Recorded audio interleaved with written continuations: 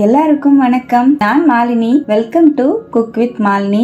நம்ம இன்னைக்கு ரொம்பவே டேஸ்டியான ஸ்வீட் ரெசிபி தான் பார்க்க போறோங்க. வீட்ல இருக்கக்கூடிய பொருளை வச்சு டக்குன்னு செய்யற இந்த ஸ்வீட் ரொம்பவே டேஸ்டா இருக்குங்க. வெல்லமும் கோதுமை மாவும் இருந்தா போதும் இந்த ஸ்வீட்டை ஈஸியா ரெடி பண்ணிடலாம்.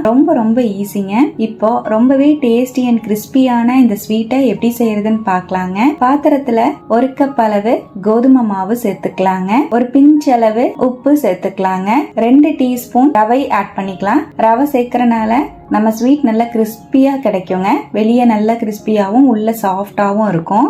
நல்லா மிக்ஸ் பண்ணி விட்டுக்கலாம். இப்ப நல்லா கலந்துட்டேன். இதோடவே 1 டேபிள் ஸ்பூன் சூடான நெய் சேர்த்துக்கலாங்க. நெய்க்கு பதிலா எண்ணெயை சூடு பண்ணி கூட நீங்க ஊத்திக்கலாங்க. இப்ப நெய்யையும் சேர்த்துட்டு நல்லா கை வச்சு ஃபுல்லா இந்த மாதிரி கலந்து விட்டுறலாம். நம்ம மாவோட நெய் ஃபுல்லா கலந்து வர மாதிரி நல்லா கலந்துட்டேன். மாவு இந்த மாதிரி கையில அழுத்தி பிடிச்சீங்கன்னா கொழுக்கட்டை மாதிரி பிடிக்க வரணும். இந்த மாதிரி இருந்தாதான் ஸ்வீட் கரெக்டா இருக்கும். இப்ப இதோடவே 1/2 கப் அளவு தண்ணிய கொஞ்சமா சேர்த்து நல்லா மாவை டைட்டா பிசைஞ்சுக்கலாங்க.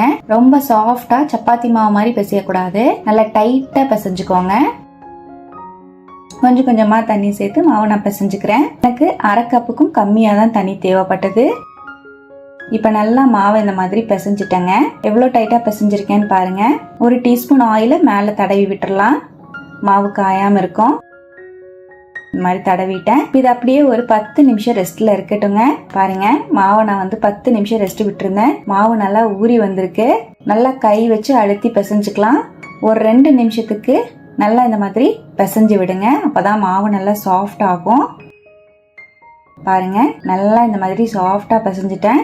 இப்ப நம்ம உருட்டி வச்சிருக்கிற மாவை சப்பாத்திக்கு தேய்க்கிற மாதிரி நல்லா தேய்ச்சிக்கலாங்க. ரொம்ப சன்னமா தேய்க்காம ஒரு 1/2 இன்ச் திக்னஸ் இருக்கிற மாதிரி தேய்ச்சிக்கலாம்.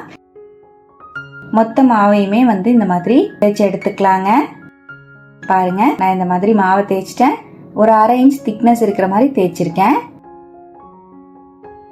தேய்ச்ச மாவை நம்ம தேவையான சைஸ்க்கு பீசஸ் போட்டுக்கலாம். நான் இந்த மாதிரி குட்டி பீசஸா போட்டுக்கிறேங்க.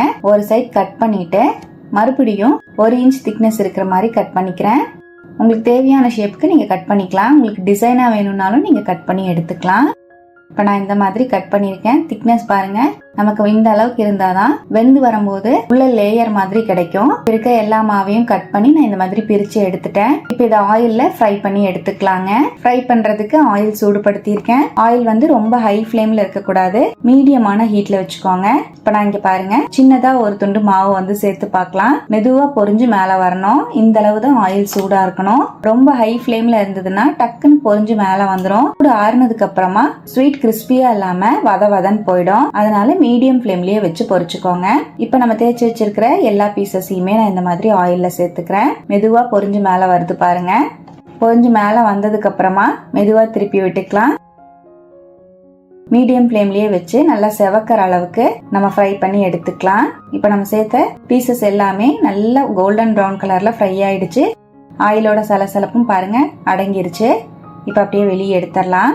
இதே போலவே மீதி நம்ம தேய்ச்சி வச்சிருக்கிற பீசஸ் எல்லாத்தையுமே ஆயில்ல போட்டு பொரிச்சுக்கலாம். எல்லாத்தையுமே இந்த மாதிரி ஃப்ரை பண்ணி வெளியே எடுத்துட்டேங்க. உங்களுக்கு பார்க்கும் போதே தெரியும் நல்லா கிறிஸ்பியா இருக்கு பாருங்க. நம்ம உடைக்கும் போது மேல நல்லா மொறுன்னு உள்ள நல்லா சாஃப்டா இருக்கும். இப்ப அவ்வளவுதான். இப்ப நம்ம பொரிச்சு நம்ம எல்லாமே பொரிச்சு எடுத்து வச்சாச்சு. இருக்கட்டும். இப்ப இன்னொரு பாத்திரத்துல 1/4 கப் அளவு வெல்லம் சேர்த்துக்கலாங்க. 1 கப் கோதுமை மாவுக்கு 1/4 கப் அளவு வெல்லம் சரியா இருக்கும். நீங்க ஸ்வீட் அதிகமா சாப்பிட்றவங்களா இருந்தா 1 கப் மாவுக்கு 1 கப் வெல்லமே சேர்த்துக்கோங்க. 1/2 கப் தண்ணி சேர்த்துக்கலாம். வெல்லத்தை நல்லா கரைச்சி எடுத்துக்கலாங்க. வெல்லம் நல்லா கரைஞ்சிருச்சு. இப்ப கரைச்ச வெல்லத்தை நான் இன்னொரு பாத்திரத்துல வடிகட்டிக்கிறேங்க. தூசுக்கல் எல்லாம் இருக்குங்கறனால நான் வடிகட்டிட்டு சேர்த்துக்கிறேன். நல்ல வெல்லமா இருந்தா நீங்க அப்படியே கூட செஞ்சுக்கலாம். இப்ப இதோடவே 3 ஏலக்காவை இடிச்சிட்டு சேர்த்துக்கலாங்க. ஏலக்காய் பொடி இருந்தா 1/2 டீஸ்பூன் சேர்த்துக்கோங்க. நல்லா கலந்து விட்டுறலாம். ஹை டு மீடியம் ஃபிளேம்ல வச்சு நல்லா வெல்லத்தை காய்ச்சிக்கலாங்க. நமக்கு பாகு பதம் வரணும். பாகு கம்பி பதம் வரணும். அந்த அளவுக்கு காய்ச்சி எடுத்துக்கலாம். மீடியம் டு ஹை ஃபிளேம்ல வச்சு நல்லா கலந்துட்டே இருக்கேன். நம்ம ஒரு டைம் செக் பண்ணி பார்க்கலாம். இன்னும் எனக்கு கம்பி பதம் வரல. ஒரு 2 நிமிஷம் கழிச்சு செக் பண்ணி பார்க்கலாங்க.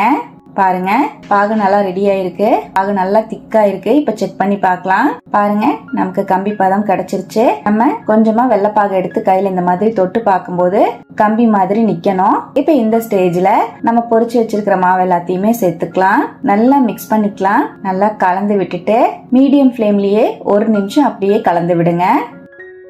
நம்ம சேர்த்திருக்கிற மாவோட வெல்லம் நல்லா கோட்டாகி நல்லா கிறிஸ்பியா கிடைக்கும். இப்ப நல்லா கலந்துட்டேன். இது அப்படியே ரூம் டெம்பரேச்சர் வர அளவுக்கு கூல் பண்ணிக்கலாங்க. இருக்கட்டும். பாருங்க, நம்ம ஸ்வீட் ரெடி ஆயிடுச்சு. நல்ல ரூம் டெம்பரேச்சர் வந்துருச்சு. உங்களுக்கு பார்க்கும் போதே தெரியும். நம்ம ஃப்ரை பண்ணியிருந்த மாவு எல்லாமே வெல்லம் நல்லா அப்சர்வ் பண்ணி பார்க்கவே கிறிஸ்பியா இருக்கு. பாருங்க, பாக்குறதுக்கு. இது அப்படியே பொறுமையா ஸ்பூன் வச்சோ கை வச்சோ பிரிச்சு எடுத்துக்கோங்க. ஒவ்வொரு ஸ்வீட்டையும் நான் இந்த மாதிரி ஒவ்வொரு ஸ்வீட்டையுமே தனித்தனியா பிரிச்சு எடுத்துட்டேன். அவ்வளவுதான். ரொம்பவே டேஸ்டியான இன்ஸ்டன்ட் ஈஸி ஸ்வீட் ரெடி ஆயிடுச்சுங்க. டேஸ்ட் அருமையா இருக்கும். வெல்லமும் கோதுமை மாவும் சேர்த்து செஞ்சிருக்கிறனால ரொம்பவே ஹெல்த்தியானதுதான். நார்மலா இத கடைகள்ல மைதா மாவுல செய்வாங்க. கோதுமை மாவு வெல்லம் வச்சு செஞ்சிருக்கோம். டேஸ்ட் சூப்பரா இருக்குங்க. கண்டிப்பா இதே போல வீட்ல நீங்களும் ட்ரை பண்ணி பாருங்க. ட்ரை பண்ணி பார்த்துட்டு எப்படி வந்ததுன்னு கமெண்ட் மறக்காம என் கூட ஷேர் பண்ணுங்க. நம்ம சேனலுக்கு இப்பதான் ஃபர்ஸ்ட் டைம் வந்திருக்கீங்கன்னா சப்ஸ்கிரைப் பண்ணி பக்கத்துல இருக்கிற பெல் ஐகானையும் பிரஸ் பண்ணுங்க. லைக் பண்ணுங்க. ஃப்ரெண்ட்ஸ் அண்ட் ஃபேமிலியோட ஷேர் பண்ண மறக்காதீங்க ஃப்ரெண்ட்ஸ். தேங்க்யூ.